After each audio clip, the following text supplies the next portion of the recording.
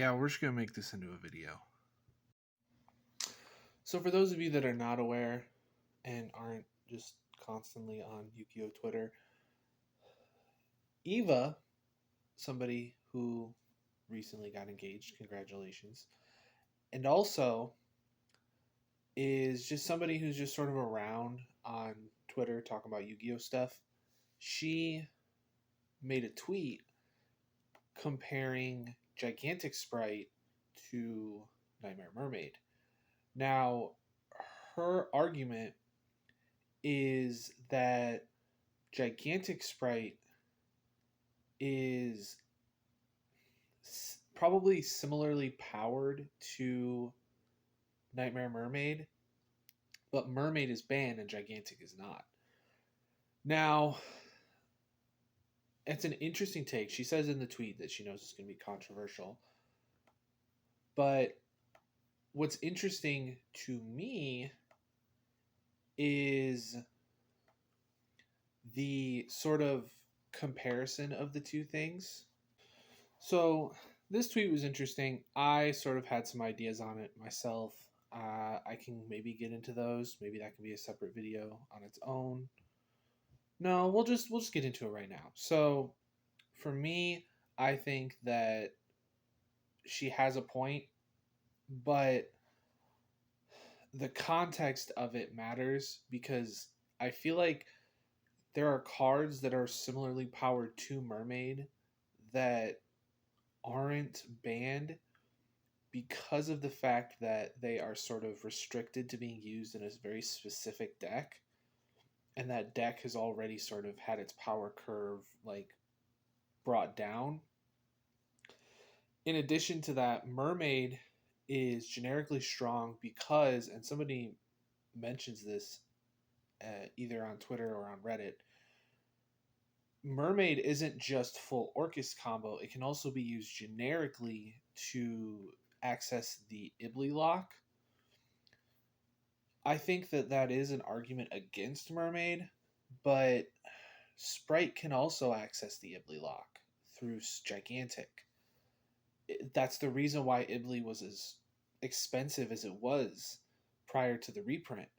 So I feel like that argument doesn't hold water when you're trying to compare the two, because that comparison,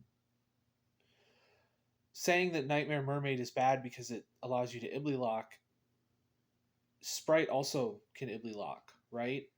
Sure, it's not as generic, but the fact that Gigantic has a larger pool of cards it can access and it's more sort of modular in what it can do, I think that you have to really take into consideration the fact that, like, you could Ibli lock, or you could do a number of other things. You know, you could go into a lot of twos from deck. And it sort of creates a situation where it limits the design space of level 2 monsters. Because if a level 2 is too strong, it can just be tutored from the deck by Gigantic, and suddenly Gigantic's power is boosted indirectly. Mermaid is hampered by the fact that it can only summon nightmare monsters. And because the World Legacy lore is pretty much done at this point, they might support more of the World Legacy archetypes, but they're not going to print a lot of them, I would imagine. Because that's done, I would say the, looking forward, the ceiling on how strong Mermaid can be is a lot lower than the ceiling of how strong Sprite can be. But again, any two monsters represents a Mermaid. So it's accessible in a lot more decks. So I guess where the two differ is sort of also where they kind of come together and be equally powerful. Because while Gigantic Sprite is specific to Sprite or level 2 decks, Mermaid is far more generic. But Mermaid doesn't have as many targets it can summon, whereas Gigantic has a huge pool of targets it can summon. So I think that's sort of where things sort of break down. And for now, that's where I'm going to leave it. So I mentioned Reddit. That's because somebody posted this thread on Reddit. It was posted, I want opinions on this, and then it has the microphone emoji. The person who posted it added their subtitle. It says, "Personally, for me, at this point in the game, this is a completely justifiable thought process. If you're okay with Sprite as an archetype, you should be okay with Mermaid." Now, let's sort of backtrack a little bit because Mermaid also enables Orchist, full Orchist combo. Any two monsters becomes full Orchist combo. But as a lot of people on Twitter were mentioning, full Orchist combo just doesn't compete in the modern context. Any decks that have two errant materials can slap them together into one of the generic two nightmares, go into Mermaid, and then summon the Orchist Nightmare from deck, and then suddenly they have access to the Orchist engine. But the problem is that introduces a bunch of bricks that you don't want to draw, and on top of that, the payoff is a singular Omni Negate. And yes, it's a back row, but a lot of decks have access to stuff like that. And it's adding an extra negate while taking up two slots in the extra deck, arguably anywhere from 2 to 4 slots in the main deck, depending on how in you want to be on this engine.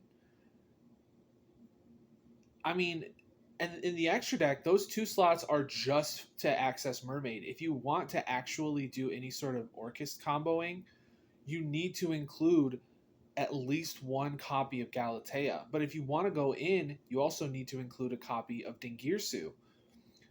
And then you also need ways to sort of recycle it, get access to it. Like, the more in you are on the Orcus side of things, the more of your extra deck it's going to take up. Sprite can afford to do these sort of things because, you know, having the ability to go into Gigantic gives you access to a ton of level 2s from deck. But it also means that you could just do pure Sprite and then include a copy of something that you would like to summon from deck, but is also okay to draw. Like, you can include Ibly in your deck, and it's really not even that bad of a card to draw. Normal it, and then you get access to all of your Sprite cards from hand. I mean, if you decide to go into Gigantic, you don't get the Ibly effect.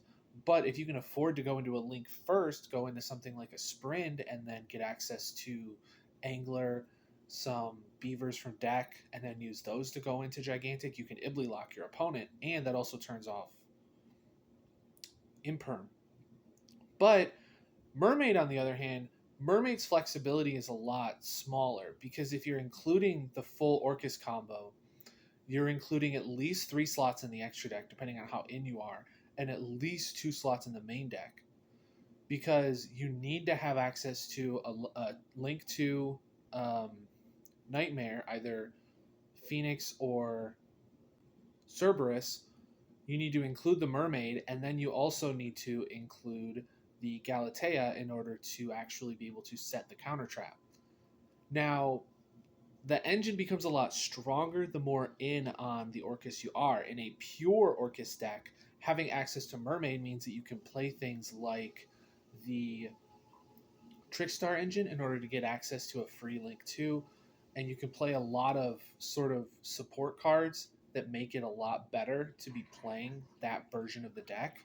And all of the individual pieces act as both ways to make Mermaid stronger and also ways to make the Orchest engine stronger. Because instead of setting the counter trap, you can then set Babel, and you can sort of be more in on cycling through the different Orchest names. That's sort of my take on it. Let's go ahead and get into this Reddit thread because, oh boy, there's some crazy stuff in here. Here's the thread if you're interested in taking a look at it yourself. So let's sort of dive into this thread, shall we?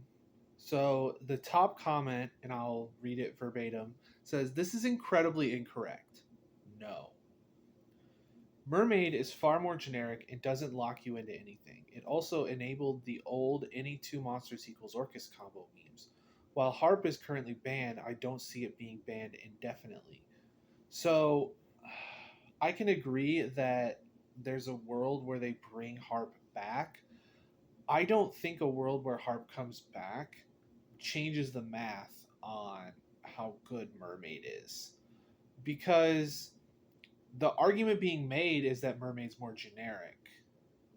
So your ability to sort of go into the Orcust combo is made stronger by the fact that Mermaid has the ability to summon the Orcust, and then off of the Orcust you can send Mermaid and summon another Orcust from deck and gain more material.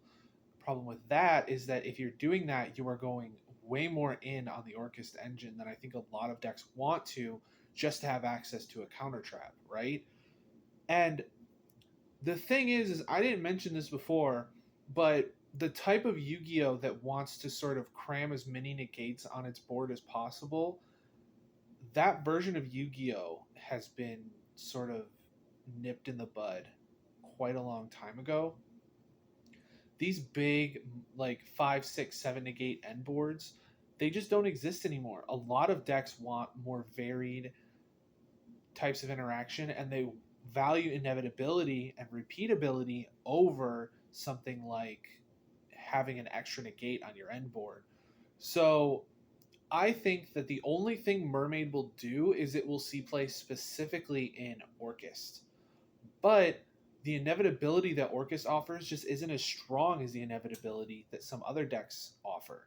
Like, the inevitability of Kashtira is far stronger than the inevitability of Orcust. Because off of a single draw, your banish and your grave act as resources that you can have access to. And a Rise Heart is just a much stronger boss monster than any of the boss monsters Orcust has access to. So I really don't think that it is going to make a difference in the slightest. And I don't think there's a deck currently seeing play that Orcust can sort of slot itself in with. I mean, with Sky Striker getting a second copy of Engage back, we are inching ever closer to Sky Striker Orcust being back to full power, but I still don't think that's strong enough either, as the entire point of Sky Striker Orcust was that they kind of fixed each other's problems, but those decks were independently strong in that format. The fact that neither Sky Striker nor Orcust is seeing play right now leads me to believe that a combination of the two isn't really going to do much. So I don't really see how bringing Mermaid back would even have that big of an impact on the metagame. It would only really make Orcust more playable. And there's a lot of people talking about how it's crazy that they have an unbanned harp. Blah, blah, blah. Who cares? My opinion is, why the F do you want more generic ways to Ibly lock?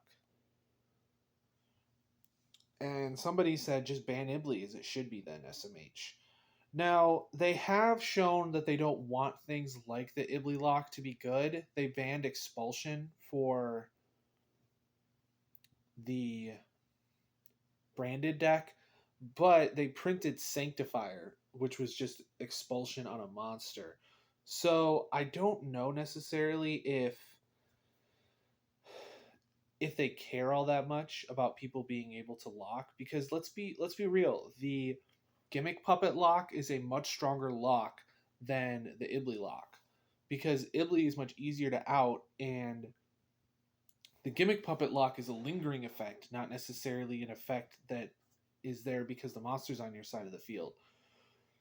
So the fact that Branded can Gimmick Puppet lock and it doesn't see a lot of high level play, and the fact that Sprite can Ibly lock and most of the decks that can do that aren't doing it at a high competitive level, means that I really don't think the Ibly lock is very strong, especially in a format where several of the top decks don't even touch their extra. Like, Labyrinth doesn't really go into the extra deck. And you could argue Fluon Reese is up there too, and it doesn't access its extra deck. So I really don't think it matters in the slightest. I mean, you're just giving them an extra monster to tribute over in Fluon Reese at that point.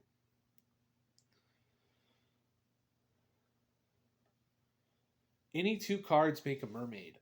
Only level 2/link 2s make gigantic. That should be considered. Is full Orcust combo that impactful / lead to degenerate combos though? Okay, so this person also brought up the fact that Orcust really isn't that strong right now.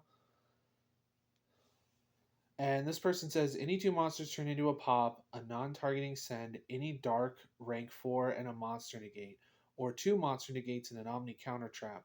Oh, and it also enables a ridiculous grind game on the follow up. So, what are we talking about here? So, the two monsters being a pop refers to the nightmare you go into before going into Mermaid, which Cerberus can only hit main monster zone monsters, and Phoenix hits back row, but both of those require a discard. And then you also need a discard for Mermaid, but if you're playing any deck, then your ability to do the rest of this, the non targeting send, the any dark rank 4, and a monster negate, those are contingent on playing a lot of Orcus cards, both in the main and in the extra deck. You're referring to a scenario where any deck, let's say like super heavy samurai, a deck that does like to go into links. The amount of Orcus you'd be playing in that deck would functionally turn it into a super heavy samurai Orcus deck. At which point, like,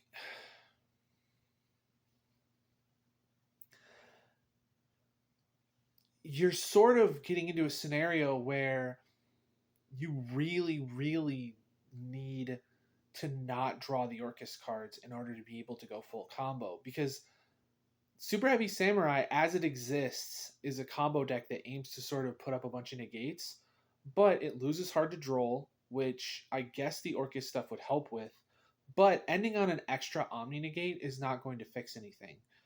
I mean, yes, it varies your interaction from being just a bunch of monsters that have negates tacked on to also having a counter trap, but I don't see that really making a difference. I can't think of another deck that would even care to include Orcust as an engine, even if you're going as minimal as possible on it and having 3 slots in the extra and, well, I guess 3 cards in the main deck because you also need to play the counter trap. But either way, you're playing a lot of bricks in order to enable just having an extra negate on your board. You can very easily pull that off by just, going more in on the extenders in the deck and just trying to build a deck that sort of pushes through interaction, because the Orcust engine doesn't help you push through interaction. You have to go very in on the Orcust engine in order for that to matter. And if you're going that far in on the Orcust engine, you're not really playing the deck you were playing before anymore. You're playing Orcust with that other deck more as an engine than anything, because the more in on the Orcus you are, the better it becomes to play a card like Babel, and the worse it becomes to just end on a counter trap. Because if all you're doing is ending on a counter trap, but you're playing like 8 main deck Orcus monsters plus the counter trap, then you're better off having gone into the Babel so that those errant materials in grave and the link monster on field can be used to gain advantage on your opponent's turn, at which point you're just playing Orcus. So again, I really don't think people quite understand why Orcus was as strong as it was. Yes, a lot of decks used it as an engine in order to sort of gain an extra negate on their board, but with the number of ways that people have been given to go second, uh, with the powerful hand traps that have been printed, like Nibiru and Kurikara, and a lot of other things like Droll, which has been around for a long time, and things like that, in addition to the sort of going second staples like Evenly Matched, Lightning Storm, and stuff like that, and the fact that Dark Hole and Raigeki are both at 3. It's like a lot of decks have extremely easy ways to just sort of not have to care about how many negates you have on your field, because they're just gonna plow through you with interaction anyway. And a lot of decks can just play through interaction anyway. Like, what what really is an extra counter trap going to do if your opponent doesn't activate monster effects and just has the ability to just sort of summon a bunch of guys? Like, Sprite can do that. Like, you just normal summon a guy and just start summoning twos, and eventually, with if you drew well enough, like, you could very easily play through 2 or 3 negates, including the counter trap, and still have the ability to sort of OTK your opponent, or at the very least end on like a, well, you probably can't Zeus, but at the very least end on something that, contests their follow up, especially with things like red and carrot, right? I don't think that Mermaid does much with Harp still banned, but Mermaid is easier for any deck to make and has no restriction on the effect. And people keep bringing up the Ibly lock as if Ibly lock isn't something that decks can already do and aren't doing it right now. Like, it's not that strong, okay? There are decks that just don't access the extra. And even if Harp came back to 3, like, I really don't think Orcus would be that good because of the fact that so many decks play on an axis that really has just left Orcus in its dust, right? And the fact that a Rise Heart is still legal, like, if your opponent a Rise Heart passes, what do? Hope you drew Imperm? Like, that's not a good place to be. None of your cards can contest a Rise Heart in Engine without using the graveyard. It just can't happen. So I really don't think any of it is that strong. Okay, here's somebody that sort of broke it down. Gigantic Sprite, more targets, can make Zeus. If it survives, you have follow up. Locks your opponent out of playing on your turn. Requires level, rank, link 2 monsters, which are up to 4 generic bodies. Loses to removal effects, detach its effect. Locks you into 2s. Nightmare Mermaid, high quality target slash combo enabler. Arguable. Requires any nightmare monster. Draws a card when co-linked. That never comes up. On summon effect, resilient to removal effects. Not. I mean, that is true. It does not lock you. It says there's an asterisk on that. Orcus Nightmare locks on effect use. Yeah, so the Orcus Nightmare will lock you. It has less targets. Correct. Requires a discard. Requires 2+ extra deck slots. I mentioned that. No protection from opponent playing on your turn. And so both are strong, but Mermaid has more upsides and less severe downsides. I would disagree with that because I think that while Mermaid has less downsides, it also has less upsides. And the fact is that if you just list the things out on what's good about this, what's good about this, what's bad about that, what's bad about that, and you just sort of compare the number of good things and bad things to each other, that doesn't get the whole picture because the fact that Gigantic has more targets can make Zeus, like those two things alone sort of put it head and shoulders above Mermaid because all Mermaid can really do is give you an extra material from deck. And if it's Ibly, you can Ibly lock, but Gigantic can also Ibly lock. And if it's Orcus, then you can go Orcus combo. But if you're doing the Orcus combo, that requires 2 extra bricks in your deck. And it also requires an extra slot in your extra deck, which most decks, their extra is very tight. Like, they do not have a lot of flex spots. This person put, you missed all the bricks for Orcus, and that's kind of big. Correct. Everyone else here is talking about just Orcus, but Mermaid allowed every deck to just splash Orcus in. Imagine something like Dragon Link finishing their combo, then linking into Mermaid for an extra Omni and non-targeting send. Yes, because the problem with Dragon Link was that it didn't end on enough negates. Neither D-Link nor any of the top decks would put a bunch of Garnets in their decks just so they could potentially extend their already winning board, or for any reason really. Playing Garnets is just not viable in modern Yu-Gi-Oh! Correct! I think that so many people misconstrue the idea of Mermaid because of the fact that their brain is remembering what Yu-Gi-Oh was like when Mermaid was banned. I do think Mermaid should stay banned. Monsters that can tutor from deck heavily limit design space, and I don't think that the fact that Gigantic is legal means that Mermaid should be legal as well. There's an argument to be made that Gigantic should be banned too. My argument isn't that they should unban Mermaid. My argument is that Gigantic is a stronger card than Mermaid. And it's not a stronger card in a vacuum, because in a vacuum, Mermaid is stronger. But you can't consider these cards in a vacuum. Because the reason why Mermaid was as strong as it was back then was because we hadn't quite gotten to the point in Yu-Gi-Oh! Where they had sort of forced deck design to move away from the big combo heavy end boards and more towards varied interaction, inevitability, and the ability to rebuild. Because if you're going in on something like the Orcus combo, you are sort of playing slots in your extra deck in order to do a combo that doesn't really offer any sort of like inevitability. Because yes, you can put the materials back in order to sort of try and do the combo again. But the problem is that once you've done it once, you've used all the pieces from your extra deck, unless you plan on playing two of everything, which is not happening. In addition to that, the more Orcus you play, the less of an identity your deck has. So I really don't think it's very good. How can someone really think that they're nowhere similar? It's like saying Pot of Avarice is stronger than Pot of Greed.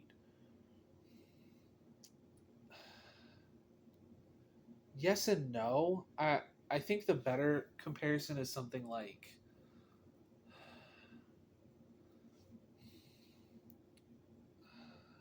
I guess it would be closer to like Allure of Darkness, because while Pot of Greed has no downside, Allure of Darkness could theoretically have an upside. And in formats where every dark in your deck gets an effect when it's banished, like Allure is just better Pot of Greed, right? So I really don't think that makes a whole lot of sense. But again, the power of the card is contingent on the format that's around it. Mermaid was banned in 4-ish years ago. If we go 4 years from now, Gigantic Sprite could end up being a card that's just completely like been power crept, right? We have no idea. Mermaid's combo line give you 4 to 5 interruptions. Splight gives way less than that. What are you talking about? When I say Splight, I meant Gigantic Splight. Everyone uses the freaking OCG name. Just call it Sprite. You weebs. When I say Sprite, I meant Gigantic. The end board from a single Gigantic IMO is lesser than a Mermaid. Also, I'm under the impression of full power engines. Orcus with Harp, Verte, Anaconda, etc., and Sprite with Toad. That is, you're you're talking about a format that doesn't exist. You're talking about a scenario that is never going to happen. Verte is banned. Okay, Harp is banned.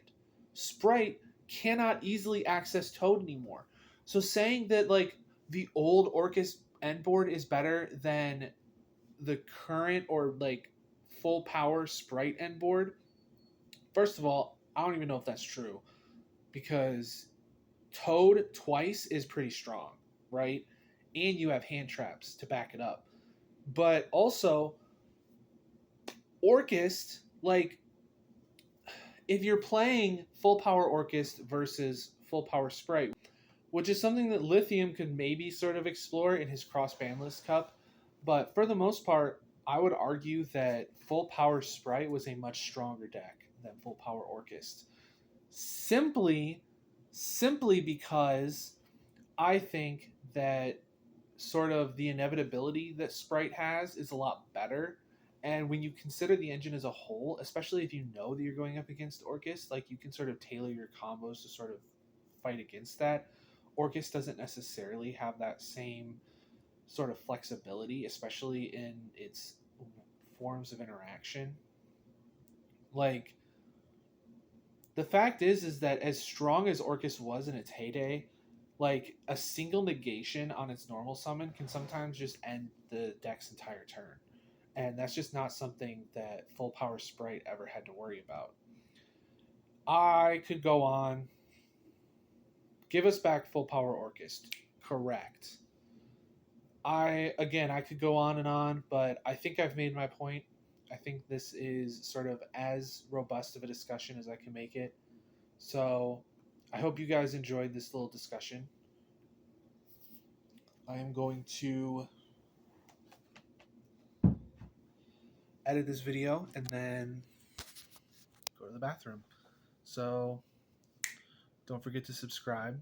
Go ahead and just full Orcus combo the subscribe button, and I'll see you guys in the next one.